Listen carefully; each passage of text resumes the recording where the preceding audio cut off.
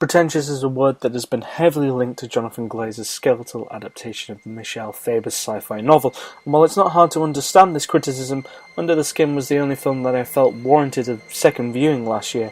Inarguably a challenge to fully comprehend, the film's somewhat basic plot is held into an intense atmosphere of unease and dread skillfully crafted by the film's visuals and the haunting score.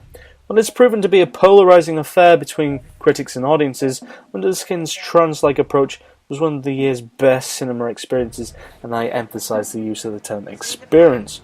Those looking for a conventionally structured sci-fi story will be undoubtedly frustrated by the film's general lack of substance. Taking fragments from the original novel, Glazer and screenwriter Walter Campbell never truly delve into the book's original structure of internal monologues from both the alien seductress and her victims. The result is a purposely worked ambiguity to the whole feature that offers uncertainty rather than definitive answers.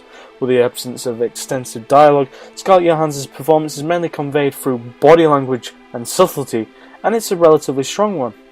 Visually, Under the Skin has a distinct dreamy wash throughout, from the actual harvesting process to the aggressive nature of the film's Scottish locations. The film is simply stunning.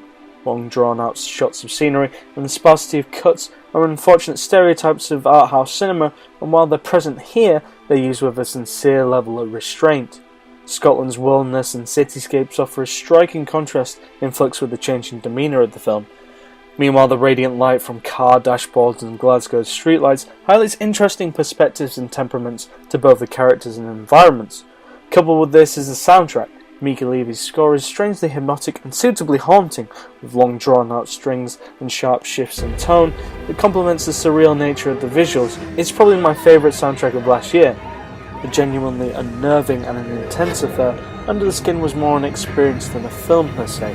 Patience is paramount as the visuals and score flood the senses, leaving a sly grin to cover for a slightly traumatised psyche. Under the Skin was one of my favourites of last year.